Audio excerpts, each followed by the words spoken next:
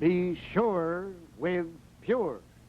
The Pure Oil Company, producers, refiners, and marketers of fine petroleum products, presents Who Said That?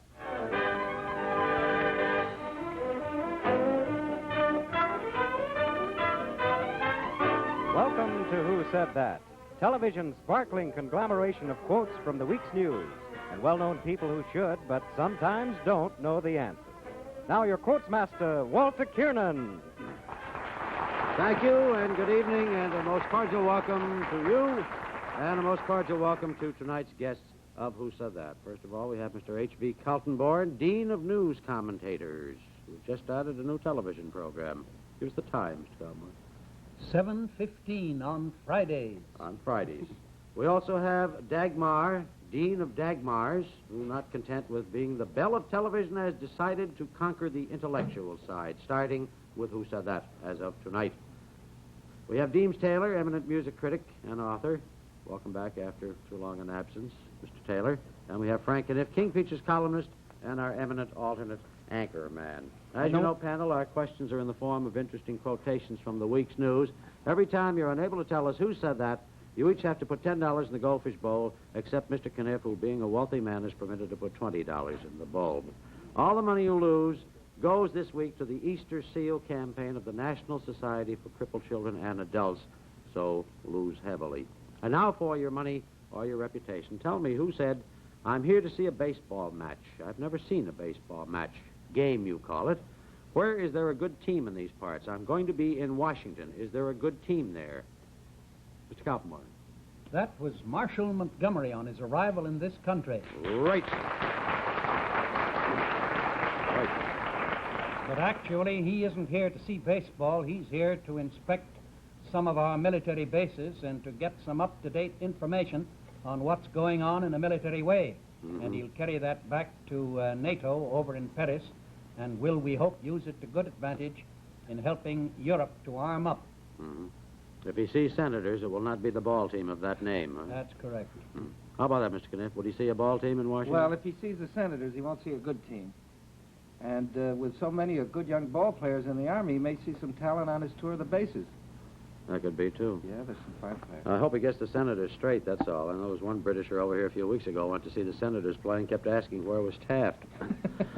Who said it looks suspicious to the audience when you put on glasses to do your ad-libs? Dagmar. Fred Allen. Fred Allen said that, yes. Right.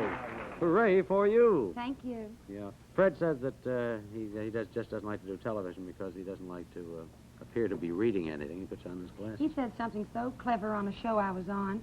I was on with Jerry Lester and him, and they were wearing wigs. So Mr. Lester said, "Shall we put the wigs on?" He said, "No, let's put the wigs on the script." Which I thought was very clever, don't you, Henry? Yeah, that's very good. Honey. By the way, Dagmar, do you like to have things written for you? No, I'd rather just, unless it's the bank. Oh, that's good, yes. I would rather just say anything so I'll know it's something new, too. That's good. That's pretty good. Well, here's something new. Who said the worst thing about so much talking is that it makes listening a rare luxury and thinking almost impossible? Mr. Taylor? Adlai Stevenson. Yes, right. What was he talking about, Mr. Taylor? He was talking about his trip across the country. Right. And where he, in an article in yesterday's This Week magazine, he sums up his conclusions as to the American spirit. Listening is a rare luxury, thinking almost impossible. Are you a good listener, Mr. Taylor? Oh, superb. Have to be, to music at least. Yeah. Didn't Stevenson mean to apply that to the political campaign? I think he was felt that talking he about the talked too much campaign. and everybody else talked too much, and he was right. And I hope we're going to cut our political campaigns shorter because they'll be better. There won't be as much fun, though. Well, there'll be more fun for the candidates, and I think a little more for the listeners. I'm not going to discuss politics. Well, in that case, let's pass on to the next subject, which is that so far tonight, our guests haven't missed any questions, but we'll try to collect some money for the Easter Seal campaign by stumping them in just a minute. Well, what have we here? Looks like a hat box? Feels like a hat box? It is a hat box. And folks, that is quite a hat. It's worn by thousands of good citizens in 24 of these United States in business for themselves to help you and your car be sure with Pure. Pure oil dealers are experienced service experts with up-to-date equipment that helps you get the most out of your car. They make a point of giving lots of painstaking personal attention. Go under your hood to see that your oil and cooling system, your battery and fan belt are safe and sure. They check your tires for wear and air pressure, all 5 of them for safety. Doing these things is their business. That's why they do them so well. Count on your Pure Oil dealer for friendly expert service. He's a sure car saver. Stop at the blue and white Pure sign. Be sure with Pure. Who said, too bad it isn't poison? The world rocks and he talks. Dagmar. That kind old lady, Lady Astor. Right, yes, Lady Astor said that. Who's she talking about, Dagmar? Well, it was at a party that Taft and his wife gave for Eisenhower, and she was talking about Senator McCarthy. Right, exactly. I once Isn't that brilliant? had to MC a radio program in Tucson, Arizona, where her husband tried to get in a word edgewise and had hard work doing it. And finally, when I was about to sign the program off, she just grabbed my arm and said, "Just a minute." Then she said, "I want to tell you people of Tucson that your town is filthy. It's absolutely filthy. Clean it up." And you said thank you and good evening, Lady That's all I Astor. have to say. He talks a lot, doesn't he? Well, if I had your looks, I wouldn't have to do so much talking. Isn't that sweet, honey? You just stick around. You'll have him. I think he has now, but in a I different think way. he's very handsome. Very handsome. Who said the legalistics involved are beyond my comprehension? Dagmar, again. Frank Sinatra? Frank Sinatra said that, I yes. like him. He's sweet. He's very thin. I hope I'm not answering too many. No, you go right You're ahead. doing very well. I've got a very good seat at this panel. I got the best seat in the studio. I hope I don't feel bad. No, I know you don't. What was he talking about, do you know, Dagmar? Taxes. Right. Yes, the government slapped a tax lien on him of $109,997. Oh, by the way, didn't you make a trip down to Washington some time ago for the entertainment industry? Well, I On was a down tax there rebate working in thing? Washington, and I'm going to try to pass a bill for people in show business. For you, dear, and for you two boys. I don't want to neglect you. Thank you, dear. For everyone in show business to try to get their taxes over a period of years. Because they only have from about 7 to 10 years, most of the entertainers. They're not all clever like you. And they have to save their money, you know, if they put over taxes over a period of time. Otherwise, they'll go to the poorhouse. So I'm going to present this bill to Senate and see what I can do for them. Or maybe they can take 10% off the top and put it in war bonds and give it to them. Whatever's fair, I'm for, and I think those little old senators will help me. Won't you, boys? I can't imagine any holdouts myself. Thank you. I think they're all going to the poorhouse in Jaguar cars, though. You think so? I don't have a Jaguar. Dagmar card. Dagmar. Thank you, honey. You're so observant. Who said all my life I've urged young people to go into the service of their government, but all these things that are happening make me wonder whether it is fair for me to advise them to do so, to subject themselves to criticism, vilification, which is unfounded and unjust. It's a long quote. Mr. Kniff. Well, it's nice to get in on this. That was Senator Lehman. Yes, Senator Lehman of New York. And he was speaking in Washington of some of the charges and countercharges that are aimed at career servants and whether he would urge people to get in or not. Doesn't think he should, no. He's in doubt now, I believe, is the gist He of is, what he said. well, he just turned 75, didn't he? Day before yesterday. Yeah. Well, I'm sure he doesn't mean to prevent young men or to discourage young men from going into the public service. I think what he was trying to emphasize is that there is too much unfair criticism of public servants. Right. And there is, of course. Who said memory is when you look back and the answers float in to who, what, when, and where? It was said some time ago, but it's republished as of about now. Dagmar? Didn't H.V. say it? Carlton Barnes say it? No, I don't think so. Did you, Mr. Not that I remember my own quote. Oh. I thought it sounded like you'd said it. Thank you. You're welcome. That is shameless favoritism. Well, I'm sorry, honey, but I saw his show on television. I might have said it, It's in a Oh. poem. but I didn't. I It's in a should make poem. up with you, I guess. You certainly should. Was it recalled last week in connection with Queen Mary's death? No, I don't think so. No. Mr. Taylor, is that one you know? No, it isn't. Memories when you look back and the answers float into who, what, when, where. No? I know somebody said it. Hmm? I'm firm on that point. Somebody said it. Somebody said it, yes. Yeah, it You're wasn't up to there. H.B. I'm Keltenborn. with you. No. No, it was not Mr. Kaltenborn. Well, looks like we're going to pick up some money here. That was Carl Sandburg. The poem is Scroll. Scroll. Yeah, Anyone Mr. recall Manning, it now? please Oh, I recall it very well. It's in a poem on the dedication page of his new book, Always the Young Stranger. Right. And it's a beautiful poem. And why it escaped me, I was too interested in looking at Dagmar. There That's you what are, I huh? thought. I thought that's what... go. Then I should give you your $10 back. Well, I have a feeling a lot of things are going to escape you tonight. well, This is I've not looked like at you, Mr. Dagmar, and that's Kaltenborn. worth $10. Thank you, darling. You have excellent taste. Who said if we are to permit the opposition to ruin the reputation of every person that we elect chairman of the Republican National Committee, no one of any consequence will be willing to serve? Mr. Kaltenborn. Well, I should think it would have been said by Mr. Roberts, who has just been displaced as Republican chairman. No, it was not said by Mr. Roberts. Said about him? Said of him, of course. Yeah. Yeah. Well, then, let's see, who would have said it? Political figure, Yeah. not so well What known. was that again? Mr. Roberts, if we're to permit the opposition to ruin the reputation of every person that we elect chairman of the Republican National Committee, no one of any consequence will be willing to serve. Mr. Kniff? I don't know. No. Mr. That's Taylor? not the opposition's been ruining his reputation. It's been the Republicans themselves out there in Kansas. Governor Landon and his coterie. Mr. Taylor? I wish somebody would guess right. I've got Dagmar, $10 this is the that one I'd you like don't to know. keep. You've been It's, very sharp. Ezra Taft Benson? No. Did Well, you get that Dagmar steer guessed from that. I'm Dagmar? just quoting her. oh, don't be a tattletale now. Now everybody will know. Well, I think you'll have to dig again. That was Oh, well, too goodness. a gentleman named Wayne Hood, member of the National Committee. Oh. He's chairman of the Wisconsin Never heard of him. Gee, State Republican. Nobody ever heard of him. That's a steal. Well, he heard of him, and he's going to be a little angry at you if you didn't hear of him. That's all I can say. I give with a good heart. Mr. Hood said that. All right, who said nobody should expect to be paid for crops he does not grow, goods he does not produce, or work he does not do. When that happens, somebody is stealing from somebody else. Dagmar. Ezra Benson. Yes, He Ezra just told Benson. me.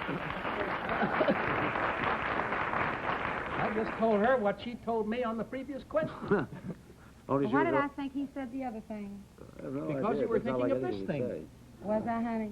Because he didn't say this one, I guess. Yes, the new Secretary of Agriculture. How about that policy, Mr. Kaltenborn? Well, it's a sound policy. Certainly, a man shouldn't expect to be paid merely in order to increase his profit. I can see that the government should step in to prevent a man from experiencing a disaster or to help him to recover from a disaster. And in farming, there are frequent disasters caused by weather, storm, other conditions. But I think we've gone in for a policy of subsidizing farmers to the extent that they are almost charity cases, and the farmers themselves don't like it. And I think Benson represents a new line of thought in the Republican Party which is taking hold and which will result in a sounder farm program. Who said he's shooting a U.S. battleship today and he'll be shooting another battleship tomorrow? Me.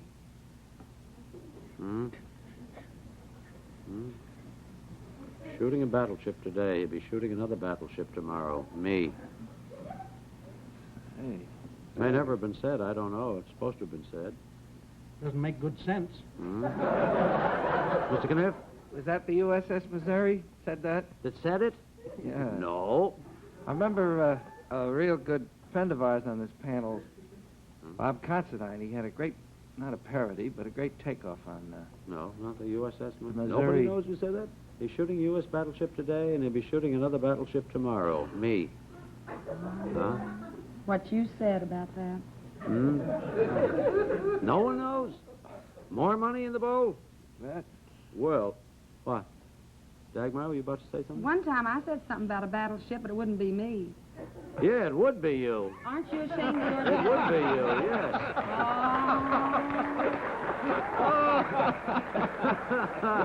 Oh, dear. I remember when Life magazine was down Right. home in Huntington, West Virginia, shooting a picture, I said something about a battleship. Right. But you said it didn't sound very nice. No, it didn't. I'm going to talk to you, honey.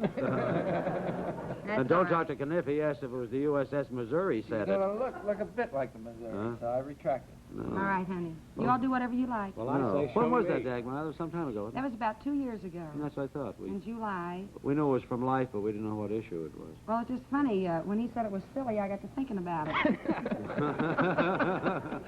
If you thought about it before, you wouldn't have said it. Wouldn't I, honey? Yes, I would, because the photographer did shoot a battleship before he shot me. Oh? He did. That's How why did- he was late getting in Huntington. Well, all I know is that you appeared in Life and the battleship didn't. So one of his pictures came out. Yes, I'm glad. 'cause Well, I he- would have called you a destroyer instead of a battleship. He is observant, isn't he? Is your wife listening tonight, Mr. Gilmore? She is, I think, down in Florida. Oh, you... I'll send him home early, honey. I'm not sure it's the right thing to do to send him home at all until you get clearance. Think you should get clearance first, Mr. Gilmore? No, I'm cleared for life. You're cleared for life, huh? Well, the only married man I know has a permanent pass. Well, for the benefit of those who joined us late, I'd like to present again tonight's guests of Who Said That, Mr. H.B. Kaltenborn, Dagmar, Deems Taylor, and our alternate anchor man, Frank Kniff.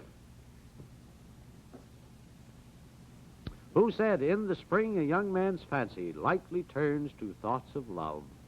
Well, that, Walter, was Alfred Lord Tennyson. You know, some folk thoughts turn to the open road in the spring, and I'd like to turn your thoughts to spring, the time to change the oil in your car. The time to change to Pure Lube, the Sure motor oil. You see, Pure Lube is superior in not just one or two ways, but in every which way. In the whole combination of qualities that keep your engine safe, clean, and happy at its work. So change to Pure Lube now at any Pure Oil dealer. That's the place, too, you know, to get Pure's Sure Spring Changeover. That all at one time complete service that readies your whole car for the months ahead. Yes, in the spring, a wise man's auto surely turns to the sign of Pure. Thank you, Walter. Now, let's take a look at the scoreboard. The scoreboard shows we have used 10 questions. The panel has missed 2. We have collected $100. Now, tell me who said, I didn't think some of those fellows would make it. If they're not careful, they won't live to be venerable. Mr. Kaltenborn? Well, that's down my alley because it was said by an old man. And it was Senator Green of Rhode Island. Right. I've known him for a good many years. He's very proud of his physical ability, which defies his years. He's really a remarkable physical specimen for a man of 85. And he was leaping up the steps to the dome of the Capitol in connection with some committee that was examining the dome. And he was ahead of the others and making much better speed than they. And then he made that rather boastful utterance. He must be careful about his heart because he may think he's in fine shape, but when you run upstairs at the age of 85, you may collapse and pass out. How old are you? Much younger, Dagmar, much younger. You want to tell your age? Well, I'm not bashful about it, but still... You don't have to tell it, honey. I'm the same way. I'll tell mine if you tell yours. I'll lie about mine. Well, let's pass it up. Okay. We better be safe, hadn't we, honey? Yes, rather than sorry. So we end on a note of no comment. The 2 participants. Who said there has not been in any living memory a figure more widely known or more universally honored? Mr. Kaltenborn. Well, that was Winston Churchill in his fine tribute to the late Queen Mary. Right. Very good. And one would expect Winston Churchill to pay a fine tribute to so great a woman and so wonderful a queen. Did you ever meet the Queen? Yes. Kaltenborn? And saw her at a time when she was just beginning her reign with King George V.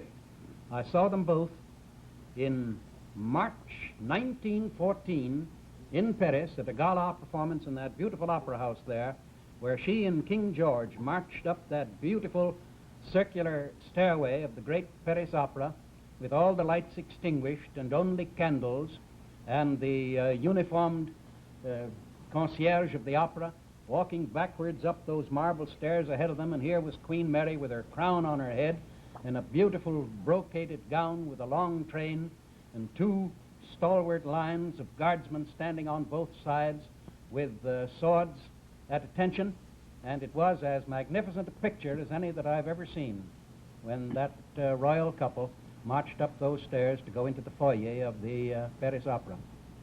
And after that ad-lib commentary, we know why you've been in radio for 22 years. What was 32? That was beautiful. 32. May I ask a question? Magnificently done. Mr. Certainly, Taylor. honey. You go ahead. What was the show that night? It was a mixture of one act from each of 5 operas. Sort of a palace theater show. Yeah. May I ask a question, Waller? Obviously. Where was Senator Green? That You there? night? Yeah. Bounding up the stairs of the Capitol, I guess. I don't know. I haven't been to Europe, so I don't know a thing about that. Have you been to the Capitol? In New York, In New York will do. yes, and in Washington, but I haven't been into Europe. Who said this is corny, but it's been proven to me that hard work pays off. I'm the result of almost 20 years of it. Keep punching, keep healthy, take your vitamins, listen, listen, listen, really listen, and you'll learn. Dagmar. Rosalind Russell. Rosalind Russell, yes. Saved you $10. Doing a swell job in a wonderful town. Is that good advice for musical artists, too, Mr. Taylor? Definitely. Hard work. Hard work. Listen, listen, listen. Really listen. Do musical artists pay much attention to critics? Only if the critics are favorable. Oh. Otherwise, they don't. They call it destructive criticism. Oh. None really ever thank you for some tip that you give them? 2 or 3 of the big ones have, yes. When you give me a good write-up, I'll thank you, honey. No matter what I say. Yes, I'll thank you. Because if it's your opinion, that'll be all right. And I'll spell your name right. Thank you. That's the important thing. Yes. Is it? Certainly. Oh, well, I didn't know that. Oh. I've never done a musical comedy show yet. I'd like to do I never Daisy reviewed May. one yet. Daisy May, wonderful. I'd like to do because if no one minds, I'd like to say a few words about Huntington, West Virginia. Well, why don't you? I'd like to. That's my family are watching tonight. Hello, Oh. everybody. My mother and father, my brothers and sisters are all watching, and I'm a hillbilly. That's How why I many, like- Dagmar? Well, I have 3 brothers and 3 sisters. There's 5 of them at home tonight watching. What a Nielsen we get in Huntington tonight. Yes, they're all watching. I'll call you all later. Any messages you want to give now? I mean, the tolls are probably high, you know. No, I understand that you can't talk directly to anyone on television. It's against the law. No, you can't do it. I can look at you and talk to them. That's all right. I did want to say hello, though. What's one of your brothers' names? Well, I'd have to say all 3 of them. Oh, tell me who your brothers are. Oh, my brothers are Jack Egner and Bobby Joe and Danny, and my sisters' names are Jean, Marianne, and Teresa. And mine is Dagmar. And yours is Jack. And Mother's name is Spicy, and Daddy's name is Ray. Spicy? Isn't that cute? Love And it. she was born in Sugar Tree, West Virginia. And name's Spicy. Now, everybody thinks I'm kidding, but that's true. No, most people are born on the ground. That's a new one. I think it's very unusual. She married Daddy on the school bank. Really? She was a school teacher. I think we better get off my family now and talk about theirs. All right, let's get back to the program for a moment, All right. huh? Shall we, just for a moment? Who said England anticipates that, as regards the current emergency, personnel will face up to the issues and exercise appropriately the functions allocated to their respective occupation groups? Said ironically. Mr. Kniff. That was A.P. Herbert. Yes. And he said it in an ironic commentary on how official channels would have expanded that England expects every man to do his duty. Right. That's the way it would have come That's out. the current translation. That's officialese. England anticipates as regards the current emergency. I love the way he drew that one out there. Here's an unusual type. We're not going to charge any penalty on this one because this is a timeless one. This is not in the week's news. We just wanted to have some fun, see if anybody recognizes it. Who said, if one hears bad music, it is one's duty to drown it by one's conversation? This is not a current quote. Said many years ago. It's in literature, with which I think you're all familiar. Shaw might have said it. Who? George Bernard Shaw. No, it's not Shaw, Calmoran. We used to have Shaw on every program on Who Said That. We changed. We have a new writer. One hears bad music. It is one's duty to drown it by one's conversation. Ernest Newman once said any music worth playing at all is worth playing badly. That's so. That's good. We'll use that next week. Come back. We'll use it next week. I don't know. No. No one knows that one? Huh? Do you know that one? I know it. I have the answer. Oh. Well, one is glad Oscar one Wilde. has... Hmm? Oscar Wilde. There's no penalty on that. One is glad there is no penalty for One one. is glad there's no penalty. That He was had sweet, it in thank you. Portrait of Dorian Gray. It occurs in there. One hears bad music. It is one's duty to drown it by one's conversation. Would you say that, Mr. Taylor? Yes, Would you really? if you can hear the conversation. I'd say shut the music off. There are times the conversation Turn the is better than dial. the music. What was that I'll other sing one? and you talk. What was That's that what he other one meant, that, isn't it? Well, depends on how loudly you sing. You don't mind me talking to him, do you, honey? Not at all. Not at all. I just wanted to be I'm friendly. listening in. Who said the other one, Dean? Someone said something once about opera would be wonderful if it wasn't for the words in it. It would be wonderful without lyrics or something. Huh? Well, it's not important. We Mark can't Twain use it said it anyway. wasn't as I bad. just want to say now that next week on Who Said That, we'll have one of the foremost character actors of our country. We'll have a distinguished actress. We'll have a columnist just back from Africa. And we'll have our alternate anchor man just back from Danbury, Connecticut. Perhaps you can guess their identities from those descriptions, but I'll give you their names in just a minute.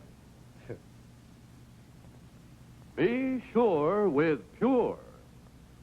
From America's oil wells on faraway plains, by pipelines and tankers and railway trains, from modern refineries then on to you, we keep quality high, so you're right when you buy, when you see, be sure with Pure. Yes, be sure with Pure. For at your Pure Oil dealers, you're not only giving your car the very best products possible, you're giving yourself that sure feeling when you drive. With Pure Premium Gasoline, you can be sure of quick starts on cold mornings and plenty of power when you want it. Pure Premium is the power fuel. Be sure and you'll find driving peace of mind. Be sure with Pure. Next week, our guest will be Charles Coburn, distinguished gentleman of the screen. We will have June Lockhart, distinguished lady of the legitimate stage, and of Who Said That. We'll have Robert Ruark, Scripps Howard columnist, just back from deepest Africa, and Frank and If, as I said, just back from deepest Danbury. Thank you very much, H.V. Kaltenborn, Dagmar, Deems Taylor, and Frank and If, and thank you for the money in behalf of the Easter Seal campaign of the National Society for Crippled Children and Adults. I'll be here again next week to try once more to fill the goldfish bowl. Thank you all for coming. Good night from all of us on Who Said That?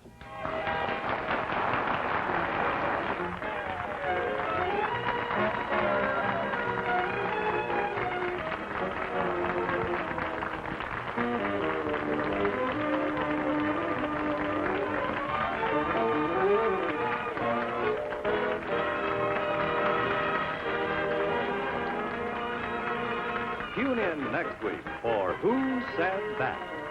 Brought to you by your friendly Pure Oil dealer and the Pure Oil Company.